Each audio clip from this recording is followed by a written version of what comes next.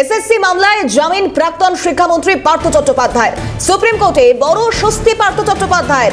CBI এর বিরুদ্ধে supreme কোর্টে আবেদন করেছিলেন বিচারপতি এম সুন্দরেশ এবং বিচারপতি এন কোটেশ্বর সিং। দুই বিচারপতির বেঞ্চে জামিন পার্থ, সুবীরেশ সহ অন্যান্যদের।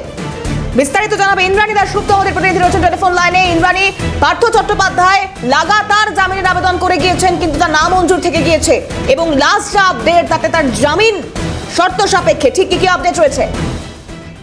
একদমই দেখো, এসএসসি মামলায় সিবিআই এর বিরুদ্ধে সুপ্রিম কোর্টে আবেদন করেছিলেন প্রাক্তন শিক্ষামন্ত্রী পার্থ চট্টোপাধ্যায় এবং সেই মামলায় আজকে তার জামিন হলো। এর আগে একাধিকবার মামলা পিছিয়ে যায় বিভিন্ন কারণে, কিন্তু অবশেষে আজকে বিচারপতি এম সুরেশ এবং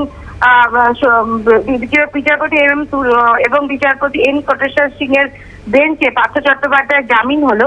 এবং আজকে সিবিআই এর আইনজীবী প্রথামাফিক এই বিরোধিতা করেন এবং তিনি বলেন যে পার্থ চট্টোপাধ্যায় অত্যন্ত প্রভাবশালী লোক এবং সাংবিধানিক পদে অর্থাৎ মন্ত্রিত্ব থাকাকালীন সময় তার বিরুদ্ধে ঘুষ নেওয়ার মতো গুরুতর অভিযোগ রয়েছে। সুতরাং পার্থ চট্টোপাধ্যায়কে জামিন দেওয়া হোক। জামিনের বিরোধিতা করেন এবং জামিন যাতে না দেওয়া হয় সেই বিষয়টা সুনিশ্চিত করতে পারেন। কিন্তু বিচারপতিরা বলেন যে 3 বছর ধরে একটা মামলায় এই পার্থ চট্টোপাধ্যায়, সুবীরেশ সহ সবাই জেলে আটক রয়েছে এবং এখনো পর্যন্ত ট্রায়াল শুরু হয়নি। এইভাবে ট্রায়াল ছাড়া দীর্ঘদিন কোনো আসামিকে জেলে আটকে রাখা যায় না যখন তাদের অপরাধ এখনো প্রমাণিত হয়নি। ইন্দ্রাণীর সঙ্গে থাকো আইনজীবী তথা সিপিএম নেতা বিকাশ রঞ্জন ভট্টাচার্য রয়েছেন টেলিফোন লাইনে। স্বাগত জানাবো আপনাকে। পার্থ চট্টোপাধ্যায়ের জামিন নিয়ে নানান সময়ে প্রভাবশালী তথ্য সামনে আনা হয়েছিল, কিন্তু এই মুহূর্তে আমরা জানতে পারছি শর্ত সাপেক্ষে হলেও জামিন পার্থ চট্টোপাধ্যায়ের, কিভাবে দেখছেন? দেখুন, জামিন পাওয়াটা তো স্বাভাবিক অধিকার এবং অনেকদিন হেফাজতে আছে। জামিন পাওয়ার থেকে যেটা বড় কথা হচ্ছে তদন্তের কি হবে না হবে সেটা পরের কথা, কিন্তু তৃণমূলীরা এখন উল্লসিত হবে। তারা দেখবেন পার্থবাবুকে তৃণমূল অভরে নিয়ে গিয়ে গলায় মালা টালা পরিয়ে সন্দেশ রসগোল্লা খাইয়ে বলবে দুর্নীতি জিন্দাবাদ, পার্থদা জিন্দাবাদ। আমি সেটার জন্য অপেক্ষা করছি। ধন্যবাদ বিকাশ রঞ্জন ভট্টাচার্য, কথা বলছিলাম তার সঙ্গে। ইন্দ্রাণী রয়েছে আমাদের সঙ্গে। ইন্দ্রাণী, দেখো, পার্থ চট্টোপাধ্যায় এসএসসি দুর্নীতি মামলায় দীর্ঘদিন ধরে জেলে রয়েছেন এবং তাকে একাধিক শর্তে কিন্তু জামিন দেওয়া হয়, যার মধ্যে গুরুত্বপূর্ণ শর্ত হচ্ছে তিনি দেশ ছেড়ে যেতে পারবেন না এবং তাকে মামলায় সম্পূর্ণরূপে সহযোগিতা করতে হবে। মামলার সাথে জড়িত কোনো সাক্ষীদের সাথে তিনি যোগাযোগ করতে পারবেন না। কোথাও যদি মনে হয় যে তিনি সাক্ষীদের প্রভাবিত করার চেষ্টা করছেন, তাহলে কিন্তু এই জামিন বাতিল হয়ে যাবে। অর্থাৎ ইডির ক্ষেত্রে, ইডির মামলায় জামিনের ক্ষেত্রে যে শর্ত। ইন্দ্রাণীর সঙ্গে থাকো বিজেপি নেতা সজল ঘোষ রয়েছেন টেলিফোন লাইনে। সজল দা, এসএসসি মামলায় অবশেষে জামিন পেলেন প্রাক্তন শিক্ষামন্ত্রী পার্থ চট্টোপাধ্যায়, কি বলছেন? দেখুন, জামিন একটা স্বাভাবিক প্রক্রিয়া, কিন্তু পার্থ চট্টোপাধ্যায়রা সমাজের মধ্যে থাকুক, এটা তো আর সমাজ চায় না। ফলে তার একটা বিরূপ প্রতিক্রিয়া থাকবে, কিন্তু আইন আইনের পথে চলে, আইন আইনের পথে চলবে। তার আলাদা সিস্টেম, তার নিয়ম।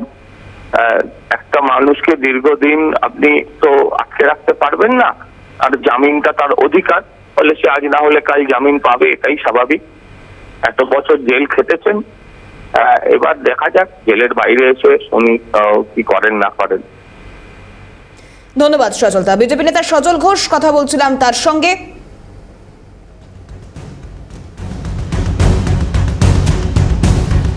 এসএসসি মামলায় জামিন প্রাক্তন শিক্ষামন্ত্রী পার্থ চট্টোপাধ্যায়। কংগ্রেস মুখপাত্র সৌম্য এইচ রায় রয়েছেন টেলিফোন লাইনে। সৌম্যদা, প্রাক্তন শিক্ষামন্ত্রী পার্থ চট্টোপাধ্যায় এসএসসি মামলায় তার জামিন হলো আজ, কি বলবেন? এরপরে দেখবেন কোনদিন শুনতে পাবো যে পার্থবাবুরা তৃণমূলের রত্ন ছিল, আছেন এবং আগামী দিনে থাকবেন। দেখুন, প্রমাণের অভাবে, তথ্য প্রমাণ লোপাট, সঠিক সময়ে সাবমিশন না করা ইত্যাদি ক্ষেত্রে সব অপরাধীরাই ছাড়া পাবে। আমরা বারবার বলি না যে এই রাজ্যে তৃণমূল এবং বিজেপি যৌথ প্রকল্পে এই রাজ্যটাকে চালায়। এরা মনে করে যারা অপরাধী, যারা চুরি করেছে, চোখের সামনে দেখা গেছে কোটি কোটি টাকা তার বান্ধবীর খাটের তলা থেকে বেরিয়েছে, অথচ যারা দায়িত্ব নিয়ে চাকরি চুরি করেছে, যারা দায়িত্ব নিয়ে এই রাজ্যের শিক্ষা দপ্তরটাকে পুরো বেচে দিয়েছে, সিবিআই ইডিও তাদের জন্য কিছু করবে না। তার কারণ ওই দাদা আর দিদি সব এক জায়গায় থাকলে ভোট এসে গেছে, এখন সব সেটিং হয়ে যাবে আর কি। এটা আমরা দীর্ঘদিন ধরে অভিযোগ করে আসছি, কারোর শাস্তি হবে না। চিটফান্ড থেকে শুরু করে আজ পর্যন্ত কোনো তদন্ত, দুর্নীতির তদন্ত, আরজিকরের তদন্ত দিনের আলো পশ্চিমবঙ্গে দেখবে না। তার কারণ মমতা বন্দ্যোপাধ্যায় মাননীয় মুখ্যমন্ত্রী চায় না, তাই দেখবে না। বিজেপি সৌম্য। চায় না, তাই দেখবে। ধন্যবাদ জানাবো আপনাকে। কংগ্রেস মুখপাত্র সৌম্য এইচ রায়ের কথা বলছিলাম তার সঙ্গে। আমি ইন্দ্রাণীর কাছে যাব। ইন্দ্রাণী, তাহলে এবার পার্থ চট্টোপাধ্যায়ের জেল মুক্তি কি সময়ের অপেক্ষা? মানে হিসেব তাই বলছে, কিন্তু দিনক্ষণ এখনো বাকি রয়েছে জানা। দেখো, পার্থ চট্টোপাধ্যায়ের বিরুদ্ধে শুধু ইডি বা সিবিআই এর মামলা নয়, এছাড়া আরো অনেকগুলি দুর্নীতি মামলা রয়েছে। সুতরাং এখনই কি পার্থ চট্টোপাধ্যায় জেল মুক্তি হবে কি হবে না, এটা কিন্তু একটা বড় প্রশ্ন চিহ্ন। আচ্ছা। কারণ প্রাথমিকের যে মামলাটা কলকাতা হাইকোর্টে পার্থ চট্টোপাধ্যায়ের বিরুদ্ধে করা আছে, সেই মামলায় তিনি এখনো পর্যন্ত জামিন পাননি। তবে এবার সিবিআই এবং ইডির করা যে মামলাগুলো পার্থ চট্টোপাধ্যায়ের বিরুদ্ধে ছিল, সেগুলোতে তিনি জামিন পেয়ে গেলেন। ফলে বড় বড় মামলাগুলোতে জামিন পাওয়ার ফলে সেই মামলাটিতেও জামিন পাওয়া পার্থ চট্টোপাধ্যায়ের পক্ষে অত্যন্ত সুবিধা হবে বলেই মনে করছে আইনজীবী মহল, এবং তার ফলে মনে করা হচ্ছে যে কিছুদিনের মধ্যেই তিনি হয়তো জেল থেকে বেরিয়ে আসবেন। ইন্দ্রাণী, সেক্ষেত্রে আরেকটা বিষয় জানতে চাইবো, প্রাক্তন শিক্ষামন্ত্রী পার্থ চট্টোপাধ্যায়ের পাশাপাশি এই আজকের দিনে শর্ত সাপেক্ষে জামিনের তালিকায় এই নিয়োগ দুর্নীতি মামলায় আর কারা কারা ছিলেন? দেখো, সুবিদেশ ভট্টাচার্য সহ আর যারা যারা এই মামলায় ছিলেন, অর্থাৎ পার্থ চট্টোপাধ্যায়ের সাথে এফএসসি মামলায় গ্রেপ্তার হয়েছিলেন, আচ্ছা। মূলত সুবিদেশ ভট্টাচার্য এবং পার্থ চট্টোপাধ্যায়ের নামই এই লিস্টে ছিল। কিন্তু আজকে বিচারপতিরা বলেছেন সুবিদেশ ভট্টাচার্য, পার্থ চট্টোপাধ্যায় সহ অন্যান্য যারা সিবিআই এর তালিকায় ছিলেন এবং যারা প্রায় কম বেশি 3 বছরের জেল খেটে নিয়েছেন, তারা সকলেই কিন্তু এই মামলায় জামিনে মুক্তি পাবেন। এবং তার ফলে যেটা হলো যে ইডি মামলায় আগে এসএসসি স্ক্যাম নিয়ে ইডি যে মামলা করেছিল তাতে আগেই এরা জামিন পেয়েছিলেন, এবং আজকে সিবিআই এর যে মামলা ছিল তাতেও কিন্তু জামিন পেলেন তারা। যদিও additional solicitor general S V Raju তীব্র বিরোধিতা করেন, তিনি প্রভাবশালী তথ্য খাড়া করেন।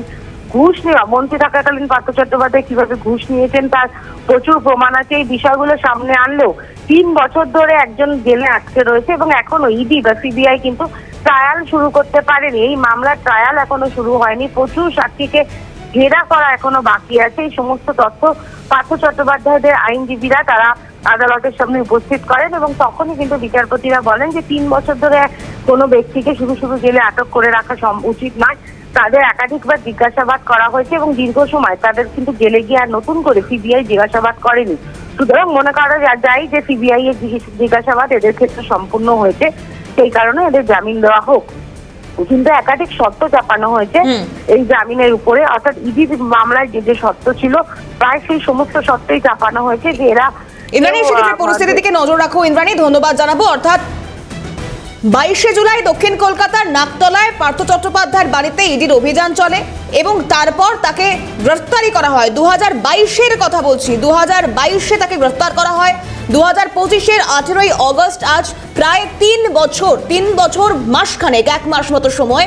এবং এরপর যেমনটা জানা যাচ্ছে যে এসএসসি মামলায় সুপ্রিম কোর্টে বড় স্বস্তি পার্থ চট্টোপাধ্যায়ের। প্রাক্তন শিক্ষামন্ত্রী পার্থ চট্টোপাধ্যায়, তাকে জামিন দেওয়া হলো।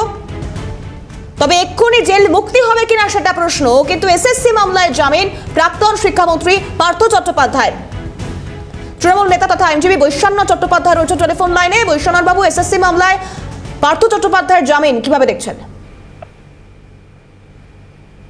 এটা তো কোর্টের অর্ডার, কোর্ট সেটা মনে করেছে, কোর্ট সেখানে মনে করেছে যে এখানে ফার্দার ডিটেনশনের দরকার নেই, তাহলে সেক্ষেত্রে কোর্ট বিবেচনা করেছে। এটা তো আদালত তো দীর্ঘদিন ধরে যদি একটা মামলার কোন রকম ভাবে না আসে, তাহলে তো কেবলমাত্র তাকে আটক করে রাখাটা তো কোর্টের উদ্দেশ্য নয়। সেক্ষেত্রে কোর্ট বিবেচনা করে তাকে জামিন দিয়েছে। দেশের যা পরিধি, যা law land of land of the law, সবাইকে মানতে হবে। ধন্যবাদ বৈশ্বনাথ বাবু।